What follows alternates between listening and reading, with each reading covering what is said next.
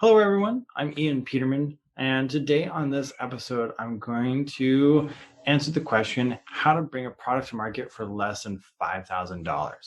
Now, before we get into that, obviously, there's going to be some restrictions on which products you can do for under 5 grand, but it is entirely possible to launch a product to market for less than $5,000.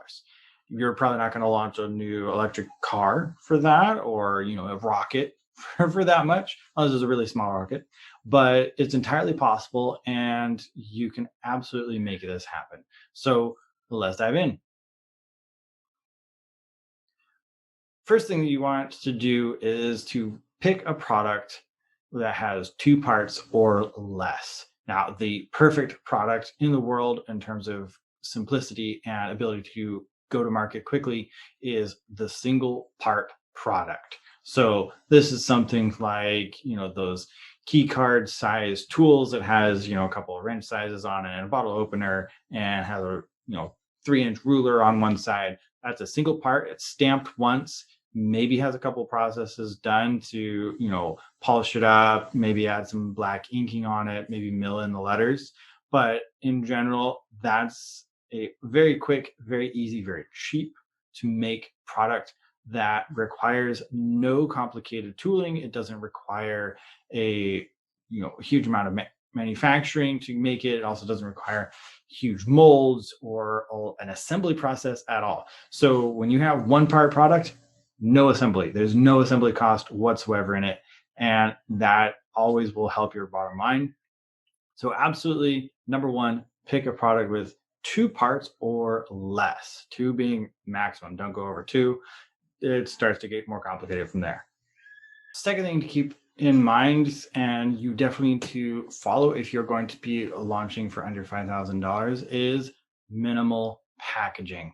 This means off-shelf packaging or none at all. You want something that is really cheap. You want something that's not going to take a lot of space. It's not going to weigh a whole bunch to add weight to your shipping. And you definitely want something that is, going to be one piece. So literally a cellophane bag or something like that, where, wrap it in paper. Something that's going to be very cheap, not take very much, zero to very little customization. At most, print a sticker, nothing else. A sticker you can get for a penny or less, depending on how many you're ordering. So that's an option, but you want to keep it minimal at pretty much any cost. So this also means that you're going to, an example of the pocket tool, you want something durable that you don't need to have a huge amount of packaging around in order to protect it while shipping. Third thing, get your friends and family to sell the product for you. Get people to help you. You want to take a product to market?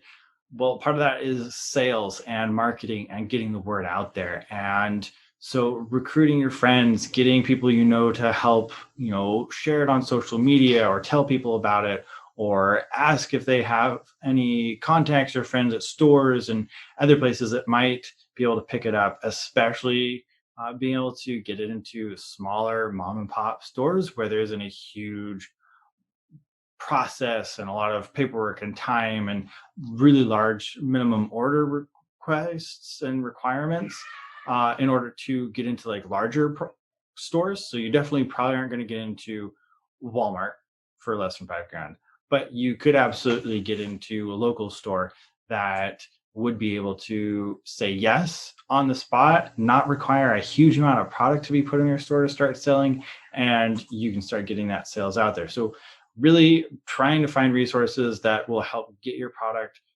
in front of the right people for cheap to nothing will help make this budget possible.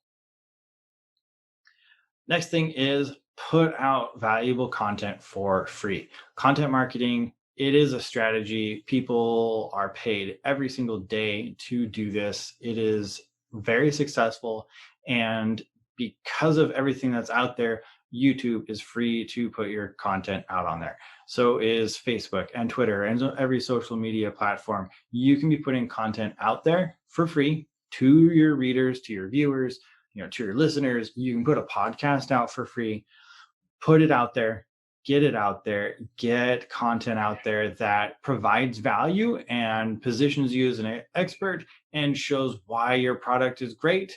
And also, like I said at the very beginning, valuable content to them, whether it's tips and tricks, whether it's just information about how you launch the product and your process and what it was like for you, telling your story, whatever that is. Make sure there's valuable content and put it out there and get in front of as many people as you possibly can. Of course, that'll take time, but we didn't say how long this was going to take. We just said that we're getting to market for less than $5,000. Fifth option here that we need to take a look at is using a crowdfunding platform. Now, use these properly. Make sure that you have manufacturing ready. Make sure that your product is prototyped and that you can actually produce the product that you say you're going to produce, and you can do it in the timeline that you are saying you can. You want to avoid being one of those failed launches where you get a lot of money, but you can't deliver and the money goes back. So make sure that you use it properly. Properly used crowdfunding platforms, however, are a huge benefit to you.